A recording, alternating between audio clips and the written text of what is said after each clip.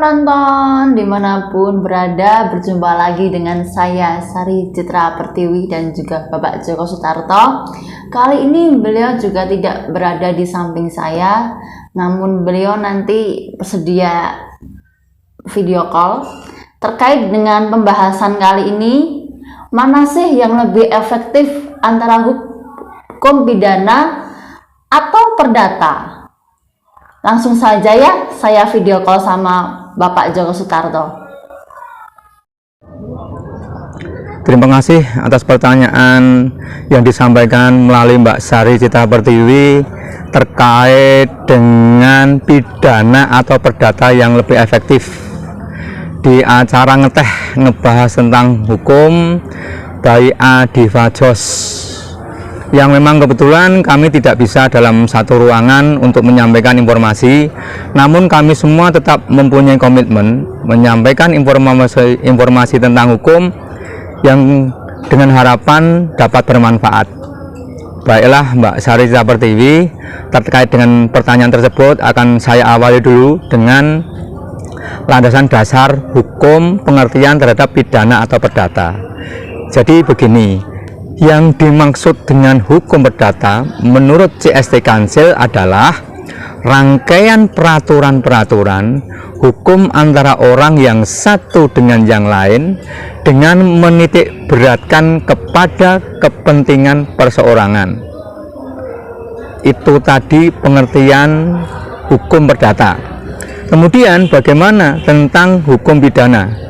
Sama pendapat dari ahli hukum CST Kansil disampaikan bahwa hukum pidana ialah hukum yang mengatur tentang pelanggaran-pelanggaran dan kejahatan-kejahatan terhadap kepentingan umum.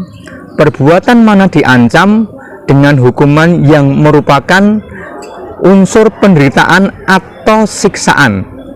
Itu pengertian tentang hukum pidana.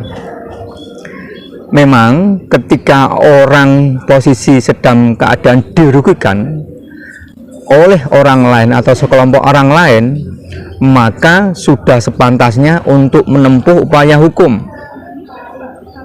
Yang menjadi permasalahan berikutnya adalah apakah yang dilakukan ini upaya pidana atau perdata?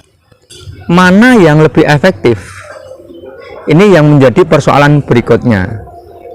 Untuk itu akan kami berikan tips untuk memilih apakah itu memilih pidana atau perdata. Yang pertama, pikirkan dahulu ending ataupun akhir dari upaya hukum tersebut. Apabila memang menginginkan dari upaya hukum yaitu endingnya berakhir di penjara, yaitu supaya seseorang ataupun sekelompok tersebut mempunyai efek jera, maka tentu dipilih adalah upaya pidana. Namun bila yang diinginkan adalah ganti rugi kerugian moral ataupun material, tentu yang dilakukan melalui gugatan di pengadilan negeri.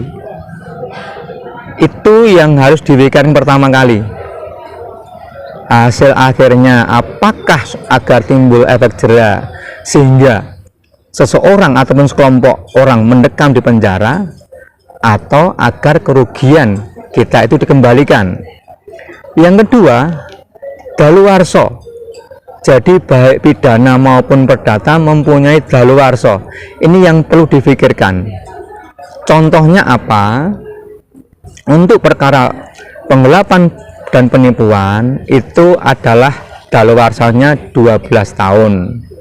Artinya 12 tahun itu ketika perkara pidana itu sudah terjadi 12 tahun yang lalu, sudah tidak bisa dipidanakan lagi ataupun tidak bisa dituntut ke pengadilan. Ini yang perlu dipertimbangkan selanjutnya.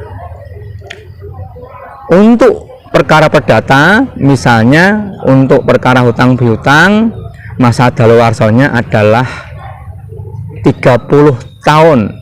Jadi setelah 30 tahun seseorang ini tidak bisa menuntut lagi terkait dengan hutang piutang.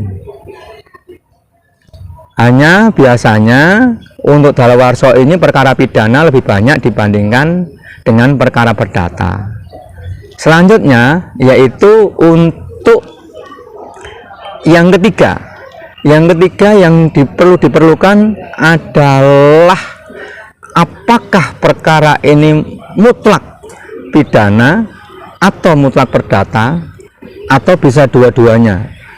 Ini juga diperlukan untuk mengambil langkah. Misalkan perkara yang mutlak adalah perdata terkait dengan gugatan waris, terkait dengan perceraian, itu adalah perkara mutlak perdata.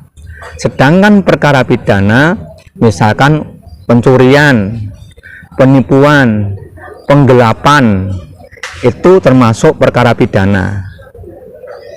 Adapun perkara yang masuk bisa dipidana ataupun perdata, misalnya perkara penipuan atau penggelapan, itu bisa dilaporkan di kepolisian dengan tadi untuk perkara penipuan penggelapan.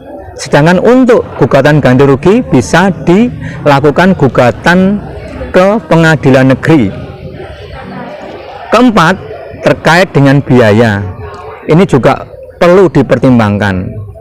Minimal kalau ingin melakukan gugatan di pengadilan negeri harus ada biaya panjat perkara dahulu. Ini perlu diperhitungkan juga. Apakah tetap melangkah ke pidana dengan melapor ke polisi? Memang biasanya di kepolisian kalau laporan polisi tidak ada biaya. Ini perlu dipertimbangkan.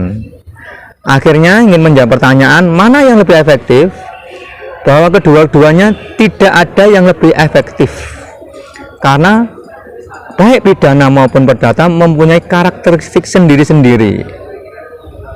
Tidak ada yang lebih baik, namun terhadap perkara yang bisa masuk pidana dan perdata seperti tadi sudah disampaikan, penipuan dan atau penggelapan, lebih baik dilakukan upaya pidana dengan cara melaporkan ke kepolisian. Dan yang kedua, bersamaan dengan waktu itu atau beberapa saat setelah laporan di kepolisian bisa melakukan gugatan perdata ke pengadilan negeri. Jadi kesimpulannya, bila ada perkara yang bisa masuk wilayah pidana dan atau perdata, silahkan melakukan bersamaan. Terima kasih, semoga informasi ini bisa bermanfaat bagi sahabat ngeteh ngebahas tentang hukum. Terima kasih.